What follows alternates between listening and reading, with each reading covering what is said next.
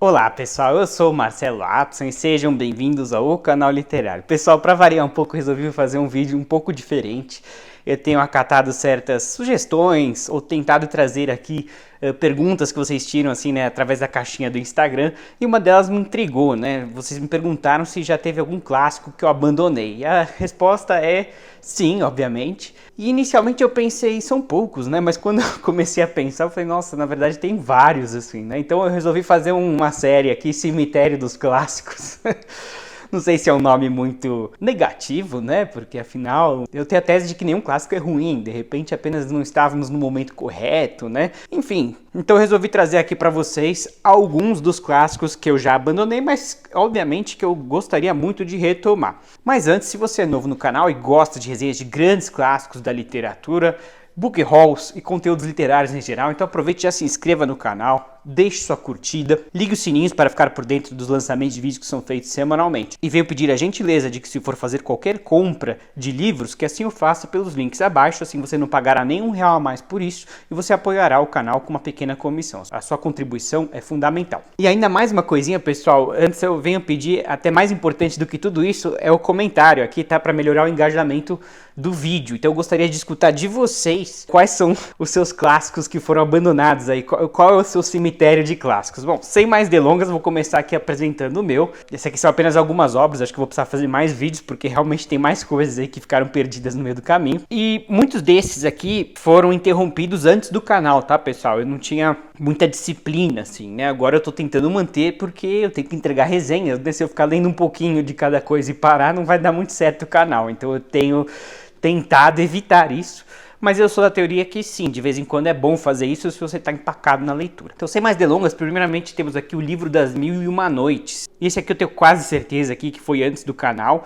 É uma leitura interessantíssima, tá, pessoal? É engraçado até que eu vou vendo as coisas que ficaram paradas no meio do caminho. Eu nem lembrava que eu tinha começado e parado, e dá até vontade de voltar de novo, tá, pessoal? E aqui temos uma história, se eu não me engano, aí na Ásia Central, acho que se passa lá pelo Uzbequistão, em Samarcanda, assim, né? Tinha o rei Shahryar do Império Sassânida, né? Império Persa, e ele foi traído. Até aí, nada de novo debaixo do sol, como se diz, né? Uma coisa que infelizmente acontece muito desde os tempos remotos até hoje. Só que esse rei se indignou e, num ato bastante machista, inclusive assistiu uma entrevista do tradutor, né, o professor Mamed Mustafa Jarouche, que disse que esse rei realizou o fetiche do machismo. O que ele resolveu fazer?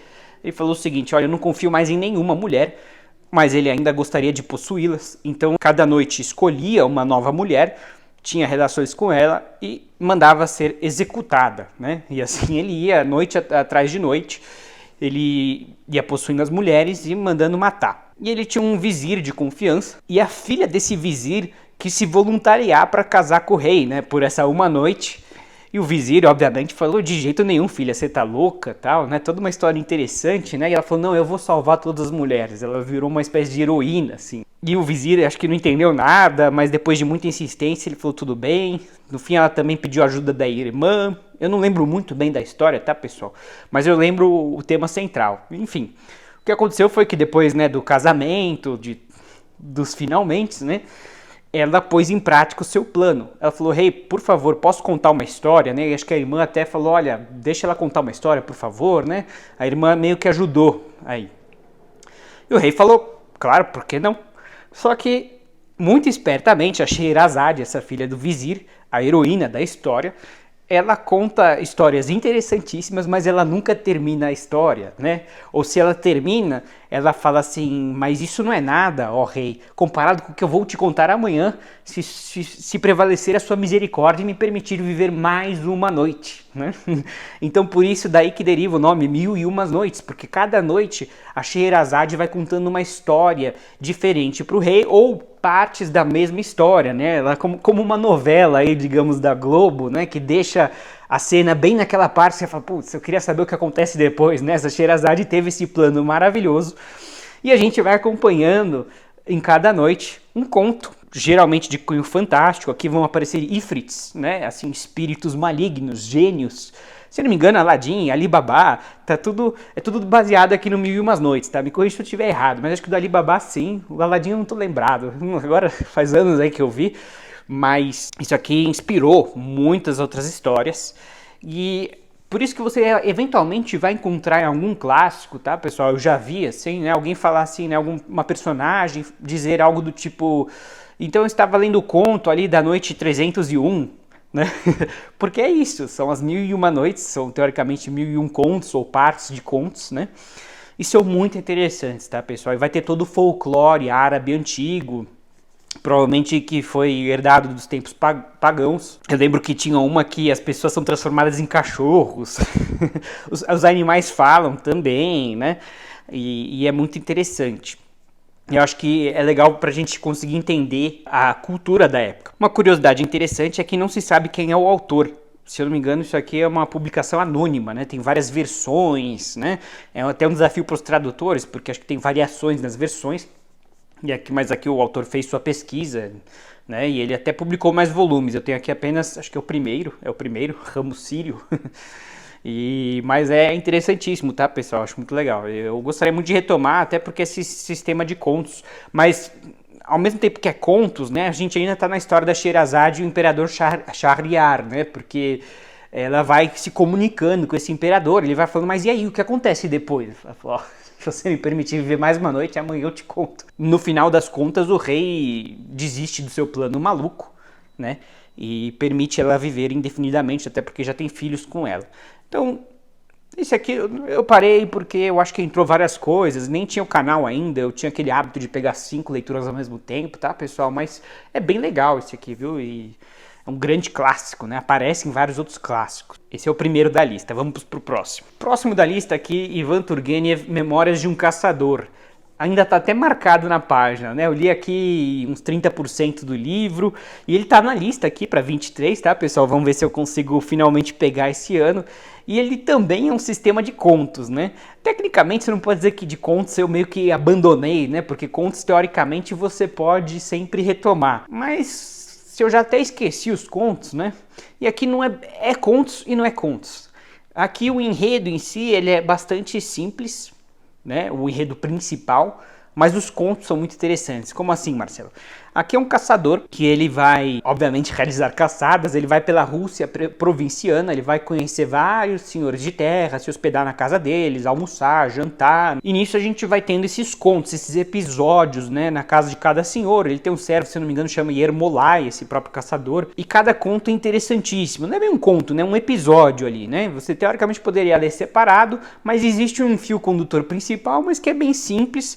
Inclusive, aqui até no prefácio, se não me engano, o tradutor fala qualquer coisa que as caçadas são até secundárias, é verdade, assim, o fato de ele ser um caçador e tudo mais, não é a questão principal. É óbvio que ele vai falar, agora vamos caçar codornizes, perdizes, não sei, todos os nomes aí de pássaros que eu não sei, mas não é o tema principal a caçada. O tema principal é uma denúncia da condição do servo, né? E é engraçado que esse aqui foi publicado em 1852, ele passou pela censura justamente talvez porque ele tem um tom de crítica extremamente sutil, né? Quase imperceptível. Os censores da Rússia czarista não perceberam, mas isso aqui inspirou, né, as revoluções sociais, finalmente talvez com pais e filhos, né? Inspirou essa libertação dos servos. Vamos até ler aqui atrás, que é interessante. Nessas páginas, povoadas por camponeses iletrados e proprietários de dureza implacável, a exuberância da natureza é sempre contraposta à injustiça da servidão, denunciada de maneira sutil, porém contundente. Não à toa, quando publicados pela primeira vez num volume só em 1852, os 25 contos aqui reunidos renderam a seu autor fama imediata nos círculos liberais e, por conseguinte, a fúria do regime czarista que o condenou à prisão domiciliar. No entanto, com o passar dos anos, o livro acabaria por se tornar uma peça fundamental no processo de emancipação dos servos. É interessante que o Turgenev, isso é uma coisa que eu falo aí de vez em quando nos vídeos, é que faz tempo que acho que eu não publico alguma coisa aqui do Turgenev, mas o fato é que ele ficou um pouco inimigo, tá, pessoal, do Dostoiévski e do Tolstói. O Dostoiévski e o Tolstói são né, um pouco liberais, digamos assim, né? O Dostoiévski participou do Círculo Pietraszewski, o Tolstói acho que tinha alguma ideia aí de socialismo e tal, mas eles todos eram muito cristãos, né? e muito assim fiéis à mãe Rússia, assim, né? E o Turgenev é visto por eles como uma espécie de traidor, assim, né? Porque ele foi morar em Paris, então ele naturalmente ele foi mais exposto às ideias liberais, ele tem um viés mais progressista que os demais, que os seus colegas. Então ele se isolou um pouco dos outros escritores aí, dos grandes, não, Dostoiévski e o Tolstói, mas parece que tinham outros aí que o apoiavam. Então é isso que eu quis trazer aqui, que ele colocou essas influências liberais, né, nessas obras dele, particularmente Pais e Filhos, né? Eu fiz resenha aqui no canal também. E esse aqui eu comecei, tava interessante, mas eu nem tinha começado o canal ainda, eu acho. O pessoal tinha acabado de começar, mas eu ainda tava naquele, de novo, nenhum dos que eu vou trazer aqui tava chato. Mas eu vou trazer um sim, que de repente eu tava achando o enredo mais devagar, mas esses que eu tô trazendo aqui agora, não há aí alguma coisa particular no enredo. Talvez um deles que eu vou trazer, eu vou comentar um pouquinho. Mas esse aqui tá para 23, vamos ver aí, eu tô com uma fila de coisas, mas tá na programação, tá, pessoal? Inclusive tá marcado aqui na página, mas eu vou recomeçar do zero aqui, porque eu já nem lembro aí, mas eu lembro que eu dei umas boas risadas também, tinha uns contos com um tom mais cômico, tem um pouco do folclore russo, assim, né, bem interessante, que a gente vai conhecer de perto o Mujik. Aqui a personagem principal é o Mujik. A gente vai acompanhar muitos episódios aí com esses mujiks. Pessoal, de novo, não sei o que deu em mim de trazer contos, né? Mas acho que é isso, né? Contos a gente lê um pouco, né? E eu tô trazendo aqui Sagarana. A primeira vez que eu tive contato com essa obra foi no colégio, eu tinha 16 ou 17 anos, então aí faz uns 15 anos. Mas assim, não ficou parado desde então, eu cheguei a ler essa obra, acho que já com o canal, tá, pessoal? E é interessantíssimo, né? O Guimarães Rosa, né? O João Guimarães Rosa, é fantástico. O grande desafio dessa obra aqui são os neologismos, o regionalismo, né? Ele quer trazer sempre o sertão para essas obras. Inclusive eu tenho aqui Grande Sertão Veredas também, vou contar um pouquinho da minha experiência com essa obra. Mas antes, trazendo aqui os contos, eu simplesmente adorei cada conto que eu li, só que eu tô colocando aqui entre aspas nesse cemitério porque faltou os outros contos, né? E eu li assim, uns 70% do livro. Eu li A Hora e a Vez de Augusto Matraga, O Burrinho Pedrez, mas eu adorei, assim, inclusive meu favorito foi esse A Hora e a Vez de Augusto Matraga. Esse eu achei uma história sensacional, assim, né? Ele vai trazer muito, assim, né, um pouco desse tema que tem no Grande Sertão Veredas, que o sertão é meio que era, pelo menos, uma terra de ninguém, no sentido das leis, né, eram feitas por máfias, né, pelos jagunços e por gangues, digamos assim, né, tem muita questão da honra, os duelos, né, inclusive tinha um do duelo aqui também, eu achei sensacional, deixa eu até lembrar o nome, eu esqueci aqui, tinha um de duelo aqui que era sensacional, assim, um fugindo do outro. E você dá boas risadas também, tá, pessoal? Existe uma barreira da linguagem, eu não vou negar, mas hoje em dia com o Google, né, até os neologismos são traduzidos, não necessariamente pelo Google, mas você pode encontrar por aí sites, né, de pessoas que estudaram a obra do Guimarães Rosa e traduziram esses neologismos. Vou até ler esse trechinho aqui da Hora e a Vez de Augusto Matraga. Deitado na esteira, no meio de molambos, no canto escuro da choça de chão de terra.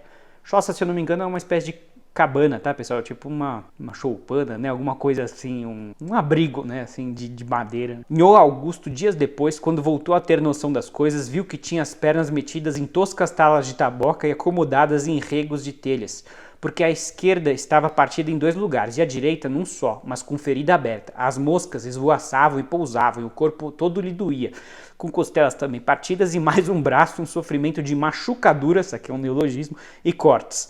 E a queimadura da marca de ferro, como se o pobre corpo tivesse ficado imenso. Esse aqui é da Hora e a Vez de Augusto Matraga, e assim, até para trazer um pouquinho do conto, esse é o meu favorito, né? É um desses mafiosos, assim, né? Eu não lembro o que acontece com ele, mas eu lembro que em determinado momento vários capangas pegam ele, marcam ele com aquela ferramenta para marcar boi, né? Ele chora de dor e empurram ele, acho que penhasco abaixo. Milagrosamente ele sobrevive, ele é cuidado por uma pessoa pobre, uma família, alguma coisa assim, e ele se recupera. E nisso ele tem aí um quê de um arrependimento, assim, né? Aquele momento reflexivo da personagem, né? Putz, o que eu tô fazendo com a minha vida, né? E ele tem essa, entre aspas, redenção, assim, né? No sentido de tentar retificar o mal que ele fez. Eu adorei essa personagem, adorei. Eu gosto muito dessa temática, assim, né, do sertão. Enfim, faltaram alguns contos, mas eu leria todos de novo, viu, pessoal? Quem sabe aí, não sei se esse ano, acho que tá meio cheio de coisas, mas por ano que vem eu tenho muita vontade de resenhar essa obra, de ir mais a fundo no Guimarães Rosa. De novo, eu parei, não porque eu não gostei, tava maravilhoso isso aqui. Eu Francamente eu não sei, eu acho que eu tava indo muitas coisas ao mesmo tempo. Agora, o próximo aqui, do próprio Guimarães Rosa também, eu confesso que eu parei por outros motivos.